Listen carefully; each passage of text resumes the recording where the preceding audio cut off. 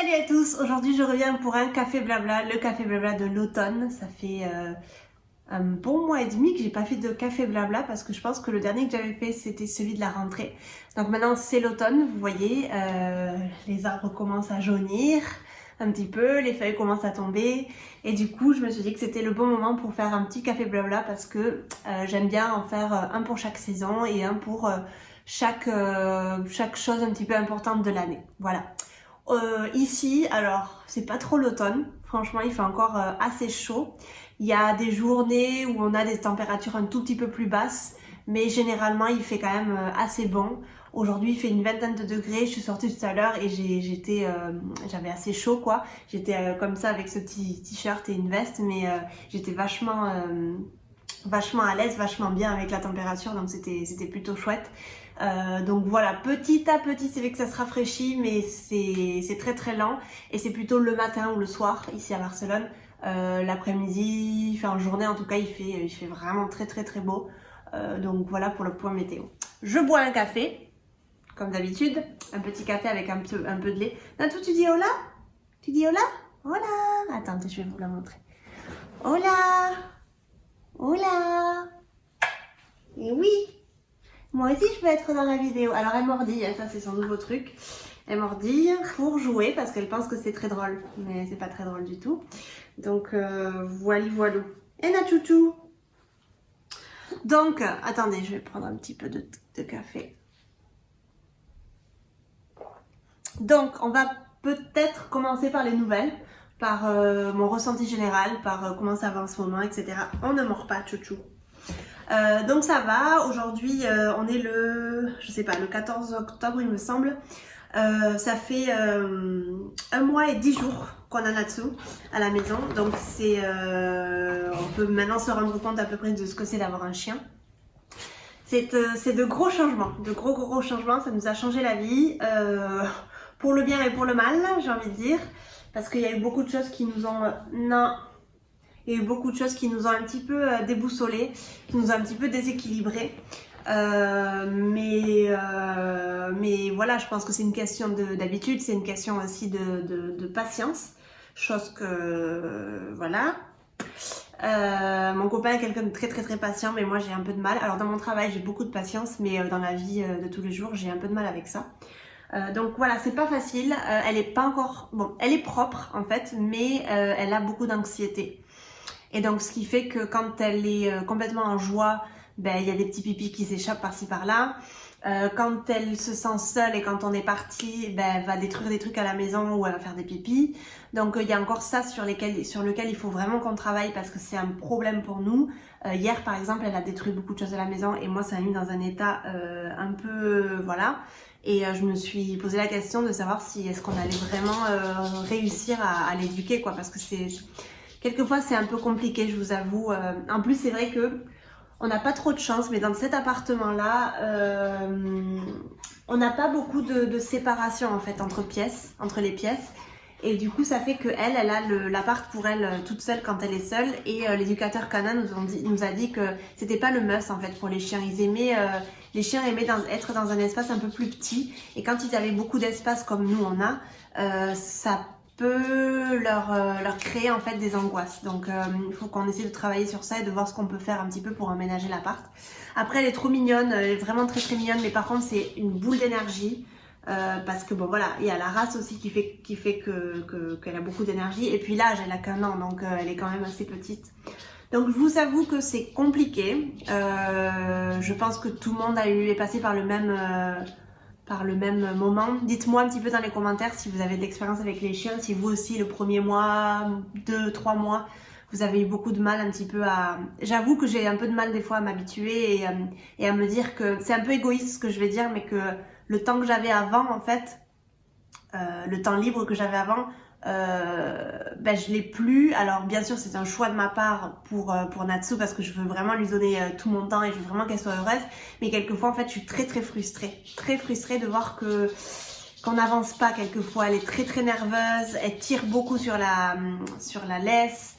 Quand elle voit des gros chiens, elle se met dans tous ses états. En fait elle déborde d'émotions, elle sait pas comment gérer ses émotions. Et des fois c'est un peu compliqué pour nous, je vous avoue. En plus on est un couple assez tranquille. et on n'est pas tout le temps par Mons et par Vaux, et du coup avec l'énergie qu'elle a, des fois je sens que ça nous fatigue beaucoup quoi. Donc voilà, une belle expérience, mais on n'est pas encore tout à fait comment vous dire, on n'a pas encore trouvé notre équilibre, on pense, voilà.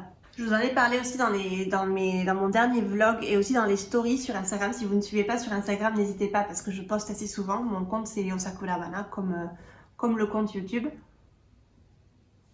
J'ai eu de fortes douleurs au cervical tout le mois de septembre et donc je suis allée voir une ostéo un petit peu holistique avec laquelle j'ai beaucoup parlé. C'était une séance de 3 heures, donc très très longue, et on a beaucoup parlé en fait de comment je me sentais actuellement.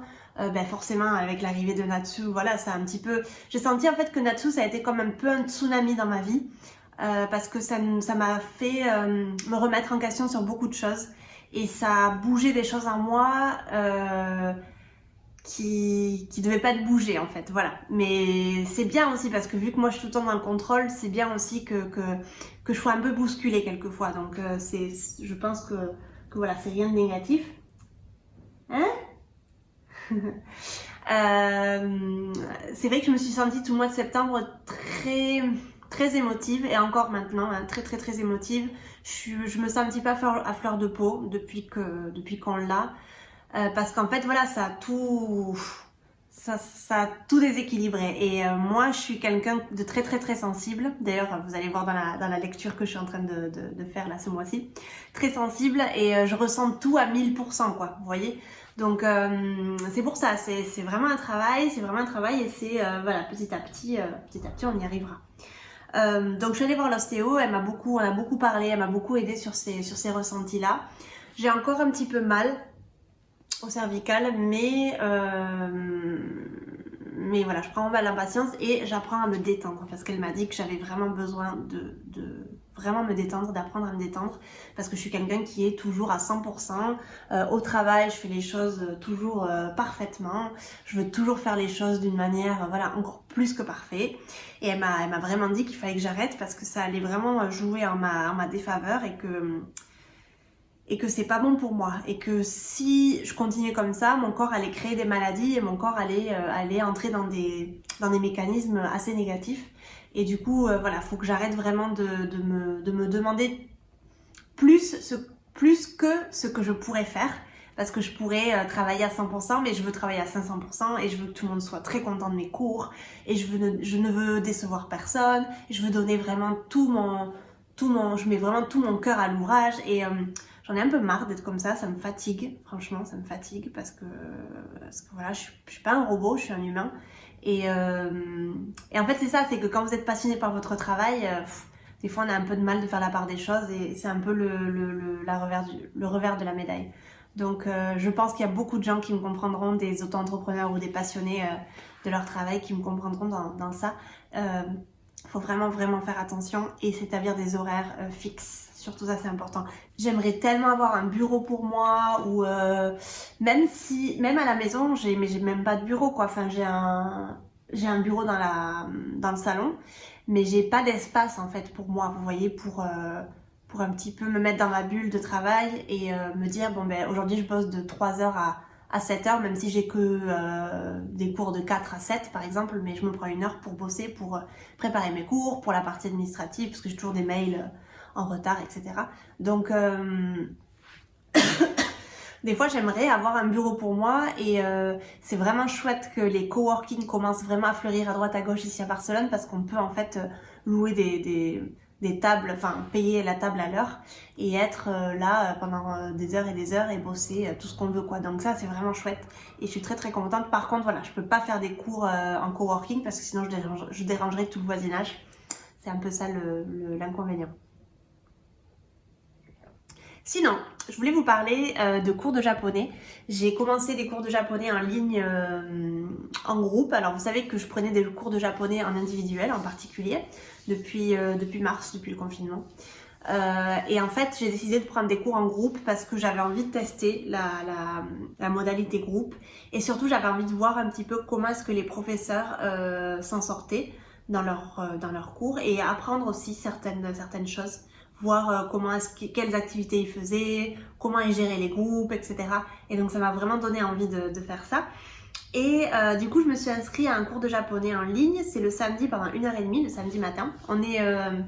Ça dépend. On est max 8, donc, mais en moyenne on est 5-6 à peu près, toujours. Donc ça se passe très très bien. Au début j'étais un petit peu réfractaire parce que j'ai trouvé que c'était un petit peu trop facile. J'avais fait un test de placement, un test de niveau. Et en fait, alors le niveau est le mien, c'est un niveau intermédiaire.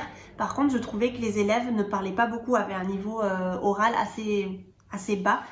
Parce qu'en fait, voilà, c'est le problème un peu des écoles de langue, je trouve, c'est que le niveau de grammaire et le niveau de caractère de kanji par exemple, etc. est très très haut, mais au niveau oral, ça craint. Et moi, c'est le contraire. Moi, au niveau oral, je suis beaucoup plus fluide. Donc du coup, au début, je me suis sentie un petit peu, je me suis dit, est-ce que c'est le bon groupe pour moi, etc. Et là, en fait, je suis en train de voir que oui, c'est parfait. Alors oui, c'est vrai que je suis un peu au-dessus des autres élèves au niveau oral, mais au niveau grammaire et au niveau kanji, je pense que c'est pittari, comme on dit en japonais, c'est parfait. C'est juste ce qu'il fallait. Donc je suis contente, c'est un petit groupe sympa, c'est une fois par semaine, 1h30, je passe du bon temps et j'apprends aussi, je regarde un petit peu ce que fait la prof et comment elle s'en sort avec le groupe, ça m'aide aussi à m'améliorer moi aussi en tant que professeur. En parlant de boulot, je voulais vous dire quelque chose, attendez je bois un petit peu, je me sens vachement zen aujourd'hui, je me sens vachement détendue là dans cette vidéo, j'ai l'impression de parler à des amis et de pas être dans le rush et cette session avec l'ostéo m'a fait beaucoup de bien, elle m'a fait vraiment me rendre compte que j'étais tout le temps dans le stress et à 100% et il fallait que j'arrête. Donc elle m'a dit aussi qu'il fallait que j'apprenne à, pas forcément méditer, mais à me prendre 5-10 minutes dans la journée pour respirer et vraiment m'ancrer dans le moment présent, quoi. Et c'est ce que je fais dans le yoga. De toute façon, en ce moment, je fais du yoga très très doux. J'ai arrêté tout ce qui est Jivamukti, tout ce qui est Vinyasa, tout ça. J'ai un peu mis de côté. Bah, c'est juste un stand-by, mais j'ai besoin en fait de revenir à un yoga doux, méditatif, avec des gestes doux, avec beaucoup de respiration. Et maintenant, j'ai trouvé un cours qui est génial le mardi. Et ça fait 2 fois que j'y vais et je suis très contente parce que c'est très méditatif et c'est pas violent, quoi, c'est pas... Et du coup, je suis pas dans la compétition parce que j'ai tendance à être tout le temps dans la compétition quand c'est des yogas un peu power, vous savez, un petit peu avec beaucoup de postures fortes et c'est pas du tout ça qu'il me faut en fait en ce moment, pas du tout. Du coup, pour parler boulot, il y a un mois, un peu moins d'un mois, j'ai engagé une nouvelle professeure. Voilà. J'ai engagé une nouvelle professeure. Ceux qui me suivent ont dû recevoir ma newsletter, j'en parlais dans celle-ci, qui s'appelle Camille et qui est professeure d'espagnol ici en Espagne, en Andalousie. Et je suis très contente parce qu'en fait, j'ai réussi à pouvoir me dégager j'ai réussi à me dégager des heures dans la semaine et du coup les élèves que moi je ne pouvais plus prendre parce que mon agenda ne me le permettait plus, je lui donnais à Camille. Donc en fait on travaille un peu comme une sorte d'école de langue. Moi je suis l'école, quoi, je suis la chef et elle donc elle travaille pour moi, donc je suis très contente du résultat. Très pro, très qualifiée, très consciencieuse, très sérieuse. C'est un petit peu mon double en fait dans sa manière de se travailler, donc c'est pour ça que je l'ai engagée. Très contente de ce nouveau recrutement. Donc oui, ça c'est un peu la grande nouvelle. Bonjour BCN est en train de vachement grandir et ça me remplit de joie en fait. Ça, vraiment, je suis extrêmement heureuse de ça. Et ensuite, j'ai décidé d'ouvrir des ateliers de conversation mensuels. Alors, ce sera une fois par mois. Là, le prochain, c'est le 6 novembre. Donc, je vous mets dans la barre d'infos toutes les infos si vous êtes intéressé à y participer. Donc, c'est un atelier de conversation en espagnol pour tous les niveaux. Le premier, ça va être vraiment niveau confondu. On va pouvoir parler un petit peu avec plusieurs niveaux. Ça va être intéressant pour les gens qui ont un niveau un peu plus bas, donc pour travailler avec les gens qui ont un niveau un peu plus haut, et vice versa, parce que je pense qu'on apprend tous de tout le monde, et même si ce sera un atelier multiniveau, ce sera très bien aussi. Après, avec le temps, si je vois que ça fonctionne, je proposerai des ateliers divisés par niveau. Donc j'ai trop hâte. Je vous mets dans la barre d'infos du coup si ça vous intéresse de vous inscrire. J'ai déjà 4 places, donc il reste que 4 places. Donc j'accepte que 8 personnes pour cet atelier-là. Et donc si vous êtes intéressés, n'hésitez pas à me contacter parce que les places partent très très vite. Et c'est beaucoup de mes élèves en fait qui m'ont déjà réservé la place parce que c'est pour eux une manière d'avoir un peu plus de pratique dans la semaine. Et de pouvoir faire un atelier comme ça, c'est chouette parce que j'ai déjà des gens, les 4 personnes qui m'ont contacté, c'est des gens du monde entier, vous allez voir, c'est incroyable. Et voilà, je suis vraiment très très contente de ça. Pour les lectures, depuis que Natsu est là, je vous avoue que j'ai pas trop lu. J'ai eu beaucoup de mal en fait les premières semaines à me concentrer. Mais mon amie Pauline, coucou Popo, m'a prêté ce livre-là qui est incroyable, qui est hyper sensible, mieux se comprendre pour mieux s'accepter. J'en suis à la moitié à peu près. Et je vais vous lire un petit peu le résumé. Hypersensible, transformer ce trait de caractère en atout. Une personne sur 5 naît avec une sensibilité exacerbée. Cette particularité est loin d'être un défaut, mais elle leur empoisonne souvent l'existence. Alliant les résultats de la recherche et sa pratique de psychothérapeute, l'auteur propose une aide pour s'adapter aux différents aspects de ce trait de caractère, mais aussi pour les inciter à en tirer davantage dans leur vie professionnelle et personnelle. Ce livre pratique offre des tests et des exercices pour cerner chaque sensibilité, des exemples pour aider les hypersensibles à mieux se connaître grâce aux expériences vécues par d'autres. Super livre, très facile à lire, pas du tout, pas trop scientifique ni rien. J'adore. Je vous mets aussi dans la barre d'infos la référence si vous êtes intéressé à l'acheter. Mais je me retrouve dans chaque page, c'est moi. Hein, ils décrivent complètement Charlène. Donc c'est intéressant de mieux se connaître en essayant de mieux se comprendre, quoi. C'est vraiment la phrase, mieux se comprendre pour mieux s'accepter. Donc c'est très très bon livre. Je le conseille à tous ceux qui sont intéressés par l'hypersensibilité. J'ai trop parlé. Ah là là. Je vous laisse sur ces belles paroles. J'espère que cette vidéo vous aura plu. Je vous fais de très très gros bisous et je vous dis à très bientôt dans une prochaine vidéo. Salut!